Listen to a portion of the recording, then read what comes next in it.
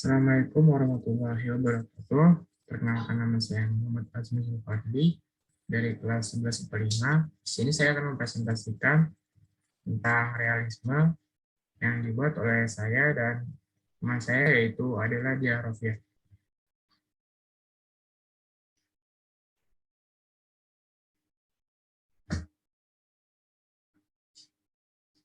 Pengertian aliran realisme. Realisme adalah aliran seni yang mengangkat peristiwa keseharian yang dialami oleh banyak orang. Istilah realisme pada aliran ini bukan merujuk pada tingkat kemiripan atau keakuratan gambar lukisan dengan referensinya. Aliran yang mengusung ide tersebut disebut naturalisme. Kemarin wacananya yang realistik, bukan gambarnya. Meskipun gambar yang realistis sejalan dengan ide penggambaran realistis yang ingin dicapai oleh pergerakan ini. Di Indonesia, kata realistik terlalu identik dengan gaya menggambar yang mirip dengan referensi aslinya. Padahal, dalam KBBI, realisme sendiri diartikan sebagai aliran kesenian yang berusaha melukiskan atau menceritakan sesuatu sebagaimana kenyataannya. Dikutip dari KBBI tahun 2016. Ketika kita berusaha meniru referensi semirip mungkin, kita sedang berusaha untuk menciptakan lukisan yang alamiah mungkin, mirip dengan aslinya, menirukan alam. Maka dari itu, istilah yang lebih sesuai untuk hal tersebut sebetulnya naturalis, bukan realis. Beberapa ahli berpendapat bahwa realisme adalah gerakan seni modern yang pertama. Karena realisme dinilai telah menolak bentuk tradisional seni dan lembaganya yang dianggap sudah tidak relevan di era revolusi industri. Realisme muncul di era destruktif, ditandai dengan revolusi industri yang melaju pesat dan menghasilkan perubahan sosial yang luas. Kemunculan realisme. Royal Academy of Painting and Sculpture telah mendominasi sirkulasi produk kesenian di Prancis selama hampir 2 abad. Prancis adalah kebudayaan seni yang paling unggul di dunia pada masa itu. Berasumsi untuk menjaga keunggulannya, Akademi Seni Prancis menetapkan standar-standar tertentu untuk karya seni di seluruh Eropa. Salah satu caranya adalah dengan memberikan berbagai pelatihan untuk para seniman muda berbakat. Selain itu, akademi ini juga mengkurasi dan memilah karya yang layak dipamerkan di galeri di Paris Sala. Akademi menetapkan tema yang diambil dari mitologi klasik, Alkitab, literatur, atau sejarah manusia sebagai tema terbaik. Hanya sebagian kecil pelukis ternama yang diizinkan melukis dalam genre ini, dan karya mereka adalah karya yang paling diangkat oleh akademi. Genre juga dijadikan tolak ukur untuk melakukan penilaian. Potret tokoh penting dan kelas atas dianggap menjadi genre yang paling baik, disusul oleh lukisan pemandangan dan still life, benda mati, seperti ceret, makanan, dan sebagainya. Seiring berjalannya waktu, akademi dianggap semakin tidak mampu untuk mengakomodir keadaan zamannya oleh sebagian seniman. Sebagian seniman merasa berbagai standar yang ditentukan oleh akademi tersebut terlalu kaku untuk zaman modern. Tema yang ditentukan terlalu komplikasi dan dinilai tidak adil untuk semua kalangan manusia. Maka muncullah para pelukis realisme yang menggantikan gambaran idealistik dari seni tradisional dengan peristiwa keseharian di kehidupan nyata. Mengangkat masyarakat biasa untuk mendapatkan bobot yang sama dengan kasta atas. Keinginan para realis untuk mengangkat kehidupan sehari-hari ke dalam kanvas adalah manifestasi awal keinginan avant-garde untuk menghubungkan seni pada kehidupan masyarakat umum. Tokoh seni lukis aliran realisme. Nah, beberapa tokoh yang menggunakan aliran realisme dalam karya seninya adalah yang pertama Giotto. Dia berasal dari Italia. Dia lahir sekitar tahun 1267. Meninggal pada 1337. Karyanya yang paling terkenal adalah potret kehidupan Yesus dan Maria di gereja Athena, Padua. Yang kedua ada Rembrandt. Dia adalah salah satu pelukis terhebat dalam sejarah seni Eropa.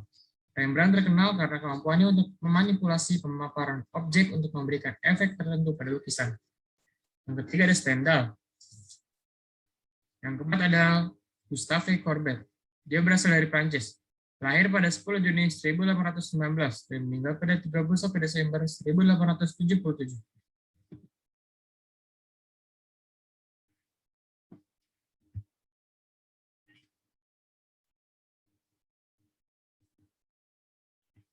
Yang kelima ada Jean-François Millet. Dia berasal dari Prancis, lahir pada 4 Oktober 1814 dan meninggal pada 20 Januari.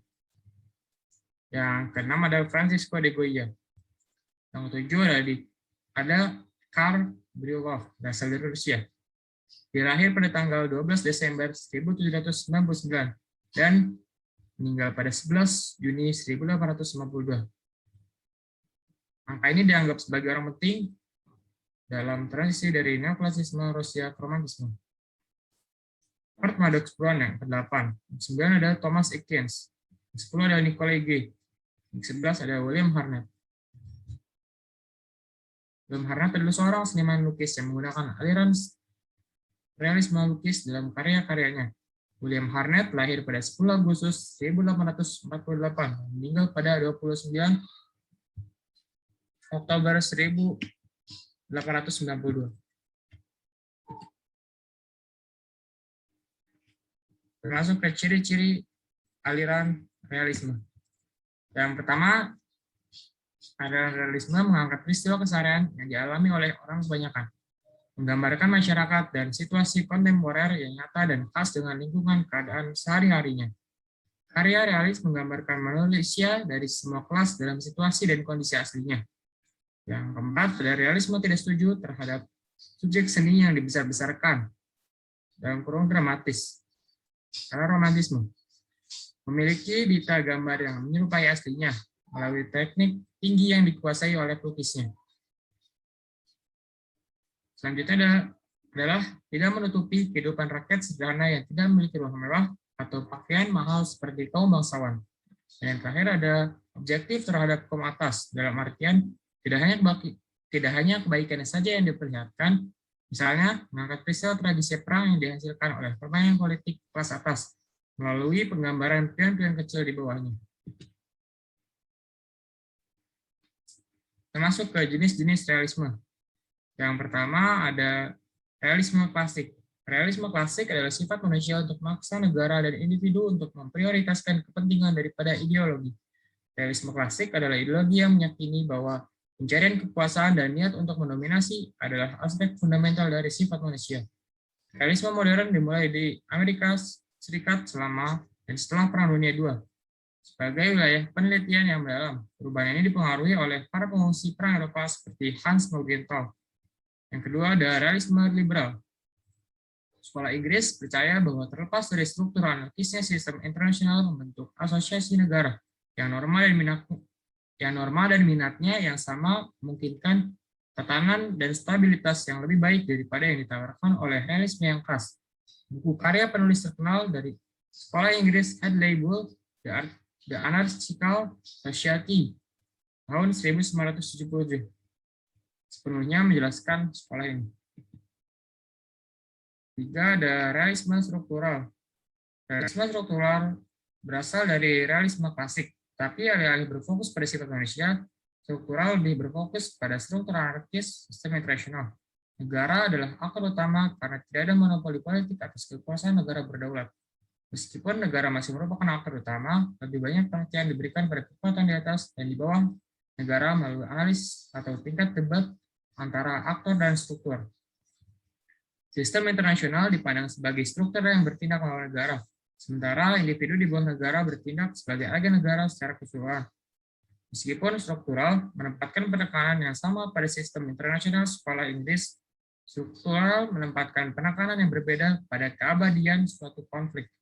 Untuk memastikan keamanan nasional, negara harus bersiap menghadapi konflik melalui pembangunan ekonomi dan militer.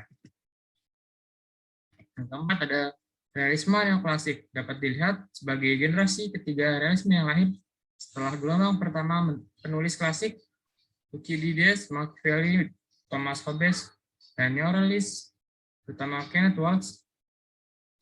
Kata neoklasik memiliki makna ganda, yaitu realisme neoklasik menawarkan karakter Renaissance klasiknya atau realisme neoklasik adalah kombinasi pendekatan neorealistik dan realistis klasik. Gideon Ross adalah pecinta istilah ini dalam sebuah buku yang ditulisnya. Yang kelima adalah realisme kiri. Sejumlah ahli termasuk Mark Levy dari School of Oriental and African Studies and Ronald Osborne dari University of Thornton, California, membahas realisme kiri dalam teori hubungan internasional dan merujuk pada karya Noam Chomsky. LaVey dan Osborne keduanya menulis dalam sebuah artikel terpisah di Review of International Studies bahwa pemahaman Chomsky tentang kekuasaan di arena internasional mencerminkan hipotesis analisis realisme klasik dan kritik radikal normatif negara atau kritik moral kiri. Selanjutnya akan dilanjutkan oleh teman saya, itu adalah lalu contoh seni lukis aliran realisme. Seni lukis aliran realisme adalah jenis lukisan yang sering digunakan di zaman modern oleh pelukis agar dengan mudah untuk menemukan lukisan yang realistis.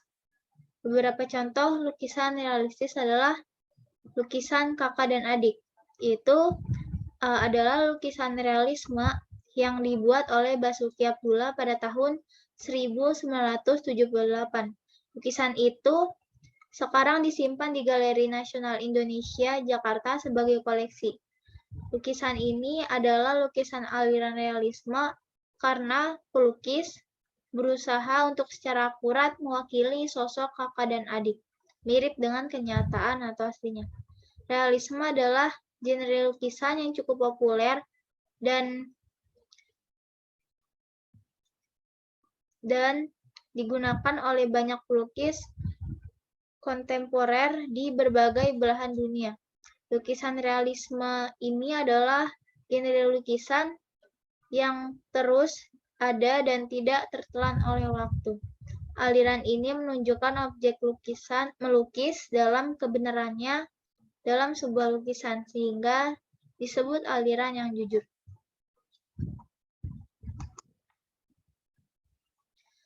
Lalu ada realisme dalam sinema.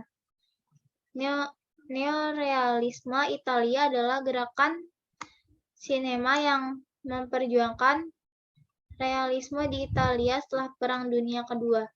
Pembuat film terkenal adalah Vittorio De Sica, Luciano Visconti, dan Roberto Rossellini. Selanjutnya ada realisme dalam seni rupa. Seniman realisme selalu berusaha untuk mewakili kehidupan sehari-hari, karakter, suasana, dilema, dan objek untuk mencapai tujuan sangat hidup. Seniman realisme cenderung mengabaikan pertunjukan teater, topik yang muncul dalam ruangan yang besar, dan bentuk klasik lainnya yang sudah populer saat itu. Dalam arti yang lebih luas, upaya realisme selalu dilakukan ketika seniman mencoba untuk mengamati dan meniru bentuk di alam.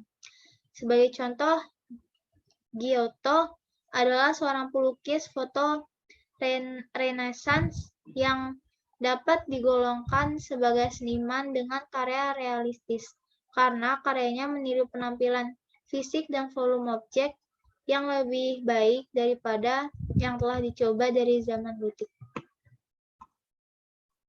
Kejujuran dalam mempertimbangkan semua detail objek juga terlihat dalam karya Rembrandt, salah satu seniman realistis terbaik. Pada abad ke-19, sebuah kelompok di Prancis yang dikenal sebagai Barbizon School berfokus untuk melihat lebih dekat pada alam yang kemudian membuka jalan bagi perkembangan impresionisme. Di Inggris, kelompok Raphael menolak idealisme Raphael yang mengarah pada pendekatan yang lebih intensif terhadap realisme.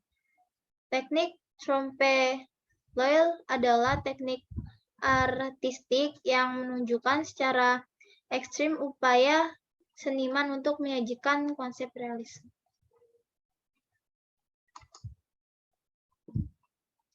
Lalu yang terakhir, realisme sebagai gerakan kebudayaan. Realisme menjadi terkenal sebagai gerakan budaya di Prancis dalam menanggapi romantisme yang didirikan pada pertengahan abad ke-19. dan biasanya berkaitan erat dengan perjuangan sosial, reformasi politik, dan demokrasi. Realisme kemudian mendominasi dunia seni rupa dan sastra di Prancis, Inggris, dan Amerika Serikat antara tahun 1840 dan 1880. Nama-nama sastra realistis dari Prancis termasuk nama Honoré de Balzac dan Stendhal. Sedangkan seniman realistis terkenal adalah Gustave Courbet dan Jean Francois Millet.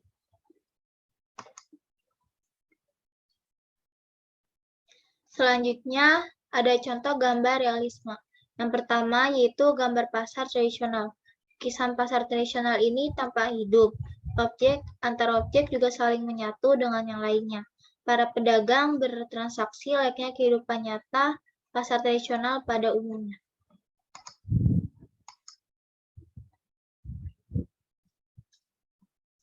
Yang kedua, gambar menunggangi kuda.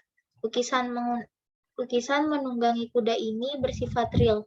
Lihatlah, kedua orang tersebut saling berbincang dan berjalan layaknya seperti bangsawan. Selanjutnya, yang ketiga, pegunungan. Gambar pegunungan adalah yang paling populer. Pemandangan yang bersifat tenang dan ada air merupakan perpaduan seni yang apik. Lalu, yang keempat, yaitu ada gambar bercocok tanam.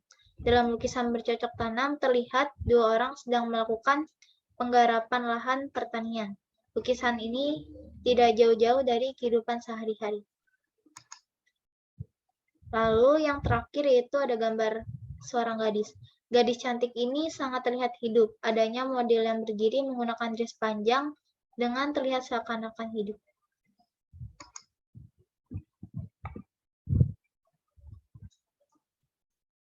Sekian presentasi dari kelompok 1. Kurang lebihnya mohon maaf. Wassalamualaikum warahmatullahi wabarakatuh. Terima kasih.